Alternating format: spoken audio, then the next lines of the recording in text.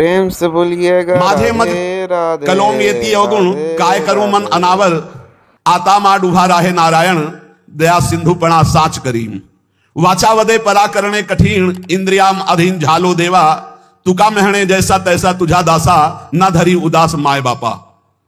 श्री तुकाराम जी कह रहे हैं इतने दुर्गुण अंदर हैं, क्या करूं, बस नहीं चलती। हे पांडुरंगा नारायण, हमारे और आपके बीच में बहुत दुर्गुण है ये। मैं आपकी तरफ आना चाहता हूं, मेरे हृदय में इतने दुर्गुण हैं आप तक पहुंचने नहीं दे रहे, पर आप दया सिंधु सत्य कर दिखाओ अब अपना नाम। आपका नाम दया सिंधु है, आप हम पर दया करो। राधे राधे मैं इंद्रियों के अधीन हूं। तुकाराम जी कहते हैं पर इतनी बात सुन लो कान खोल के आप, मैं जैसा भी हूं पंडरीनाथ मैं आपका हूं।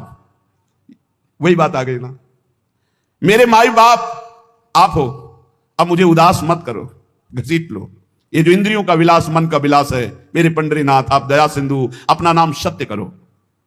मैं जैसा हूं प्रभु आपका हूं, अब ये बात आप सत्य करके आप दिखाओगे। मैं जैसा हूं आपका हूं, ये सत्य करके आप दिखाओगे। आप घसीटो हमारे मन को, हमारी इंद्रियों को।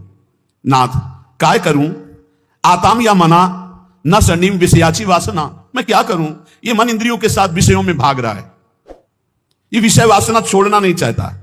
मैं मना रहा हूं इसको, डांट रहा हूं, पर यह पतन की ओर ही भागता जा रहा है। हर साधक के अंदर की वृत्ति यही है, प्रार्थिताहिम राहे ना आदरे पतना नेम खालिम। मैं प्रार्थना करता हूं, राह पर लाने के लिए डांट लगाता हूं, लेकिन ये मन अपनी इंद्रियों के साथ भोगों में भाग जाता है। हे विठ्ठल दौड़ो, अब दौड़ो, नहीं तो अब ये गया, अब कोई राह नहीं दिखाई दे रहा है, मन ले जाएगा इंद्रियों को विषयों में। ये सब तड़ातड़ बंधन तोड़ करके विषयों की तरफ भाग रहा है। आशा तृष्णा कल्पना ये पापिनी मेरा नाश कर रही। तुकाराम कहते हैं चक्रपाणी पांडुरंगा अब बचा लो, नहीं बाद में क्या होगा, गिरने के बाद उठाने आओगे तो फायदा क्या, गिरने ही ना दो, आप ऐसे सामर्थ्यशाली हो।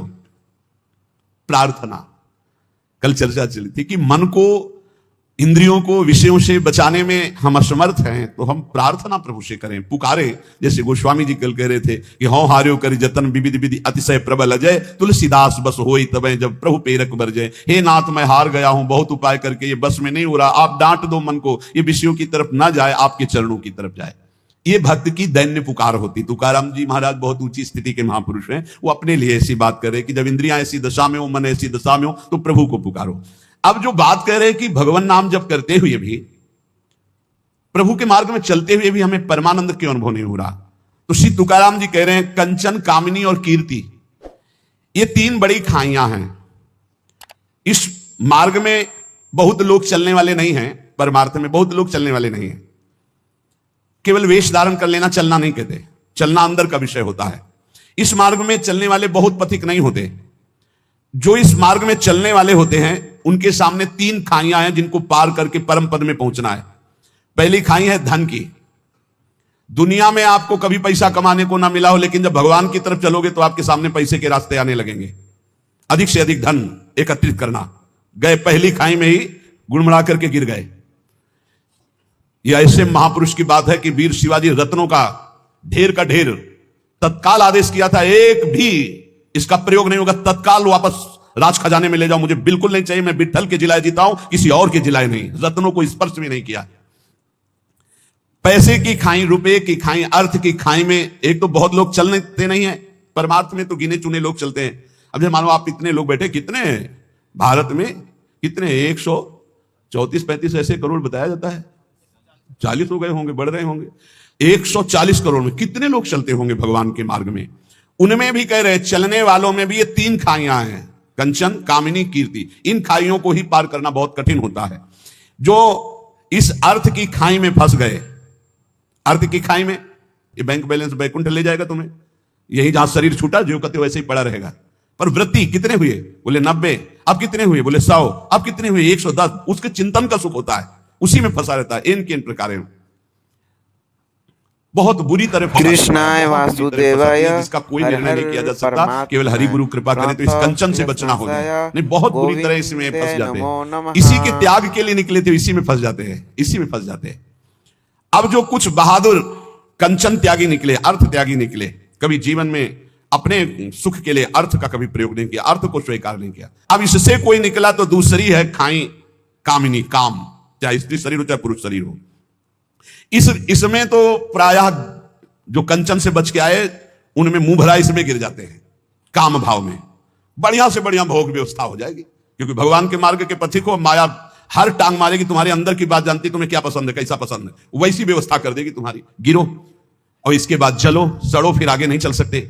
जो कोई इस खाई से बचा तो तीसरी खाई मान प्रतिष्ठा। इसमें तो फिसल करके मान लो जैसे 100 चले तो 50 तो अर्थई में गिर गए, 25 कामिनी काम में गिर गए। अब जो 25 चले उनमें 1-2 निकल पाएगा। जो कहो हरिवंश रस बिरलो समझनहार, 1-2 ही जो पाइए खोजी सब संसार। अच्छा, गिरे हुए अपने को गिरा हुआ नहीं समझते, ऐसा गिरना है बड़ा लुभावना, बड़ा सुखद। अब वो मान की खाई में श्री तुकाराम जी महाराज कह रहे, जो भगवत कृपा प्राप्त होता है वो इस मान की खाई को पार करता है। बिरला ऐसा कोणी तुका त्याचे लोटांगणी। कोई बिरला ऐसा है जो हरि के चरणों में हर समय लोटता रहता है, चित्त जिसका हर समय नाम जब चलता है, वो इस कंचन की, कामिनी की, कीर्ति की तीनों खाइयों को, इसे शास्त्रीय भाषा में कहते हैं लोकैष्णा, वित्तैष्णा, पुत्रैष्णा। अगर इन तीनों ऐष्णाओं को पार कर जाए तो ब्रह्मबोध हो जाए, भगवत प्राप्त हो जाए। जहां ये अंदर स्वीकृति कुछ विशेषता है, वही मान की फिसलन उसको गिरा देती है। कुछ विशेषता नहीं। बोले भाई झूठ बोल रहा है तो ऐसे नहीं, 10% तो सही होगा ही।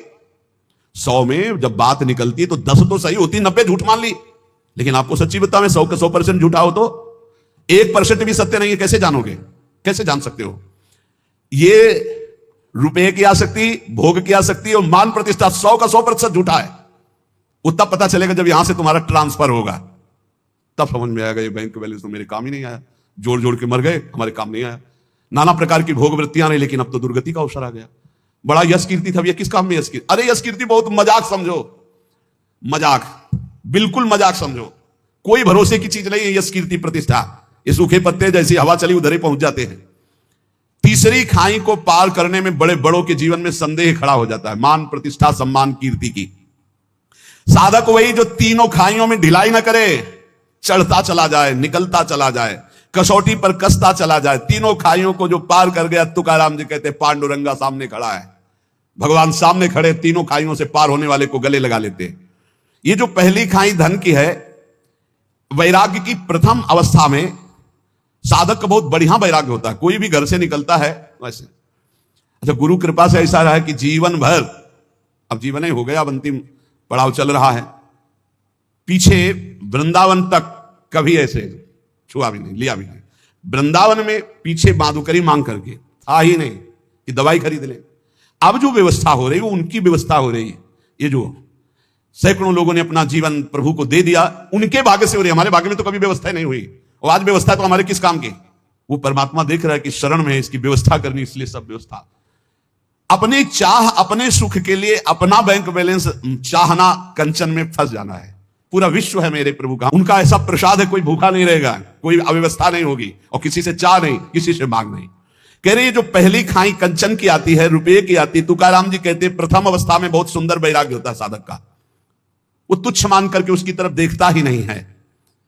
पर जब आगे वैराग्य बढ़ता है और यश फैलता है भगत, तब उसकी प्रियता न जग जाए। अर्थ के प्रति प्रियता नहीं होनी चाहिए। प्रियता ना होना और अर्थ होना कोई फर्क ना पड़ना, लेकिन प्रियता होना और अर्थ ना होना तो फर्क पड़ जाना। अर्थ की प्रियता, रुपये का महत्व जग जाना। त्याग के आडंबर से परमात्मा बोध नहीं होता है। त्याग का आडंबर न करे, इसकी आसक्ति ना हो तो कोई फर्क नहीं पड़ता है। त्याग का आडंबर ना करे। श्री तुकाराम जी महाराज कह रहे कि जैसे प्राथमिक अवस्था में साधक के अंदर वैराग्य होता है। एक बार गुरुदेव भगवान ने कहा था, जब कोई साधक भगवत प्राप्ति के लिए घर से निकलता है, उसका वैराग्य कितना प्रशंसनीय होता है। कहां खाएंगे कोई पता नहीं, कहां रहेंगे कोई पता नहीं, क्या होगा कोई पता नहीं। ऐसी स्थिति आजीवन क्यों नहीं रहती? वैराग्य प्रतिदिन बढ़ना चाहिए, न कि घटना चाहिए। जिस लक्ष्य को लेकर तुम घर से निकले थे वो वैराग्य कहां गया? कृष्ण राधे राधे। और नाना प्रकार की भोग सामग्रियां ये तभी लुभायमान करती हैं जब भगवदानंद का लोभ नहीं जगता। श्री तुकाराम जी की जो अर्धांगिनी थी वो इसी बात से असंतुष्ट थी कि कभी बात ही नहीं करते थे तुकाराम जी महाराज। दिन भर निकल गए, 2-3 पर्वत थे, उनमें एकांत में बैठे राम कृष्ण हरि रात, खाने की भी व्यवस्था नहीं। रात में आए ध्यानस्थ होकर विराजमान है। ना कहीं कंचन में लगाओ, न कहीं कामिनी में लगाओ।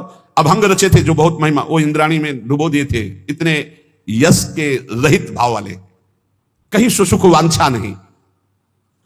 भंडारा नाम पर्वत पर ये चले जाते और पूरे दिन अंधेरे तक बस मंजीराएं बज रहे हैं, तालियां बज रही, वाद्य बजाते हुए राम कृष्ण हरि, राम कृष्ण हरि, राम कृष्ण हरि। एकांत में